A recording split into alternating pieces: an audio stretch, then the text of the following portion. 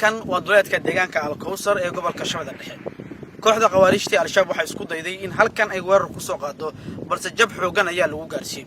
Ciidamada xoogga dalka iyo kuwa xaquudirka deegaanka ayaa jilibka u aastay damicii guracnaa ee kooxdan.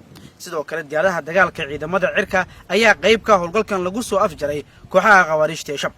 meedadka kooxdan oo tirabeel ah ayaa daadsan afarta koone ee magaalada, waxaana dadka deegaanka ee halkan joogay ay dhamaantood noqdeen kuwa u diyaar garoobay inay iska difaacaan weerarka guracan ee kooxaha Qawaariijta Shabaab ee halkan ku soo qaadeen.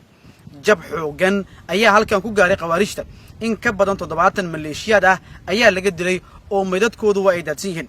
sidoo kale diyaaradaha ciidamada cirka ayaa dhulka hawdka kaga sii daba tagay Qawaariijta oo fircad ahayd, halkaasna waxaa lagu gaarsiiyay jab kale oo xoogan kadib markii la helay duqeymo toos ah iyo weerar gaadmo ah oo diyaaradaha ciidamada cirka ay fuliyeen.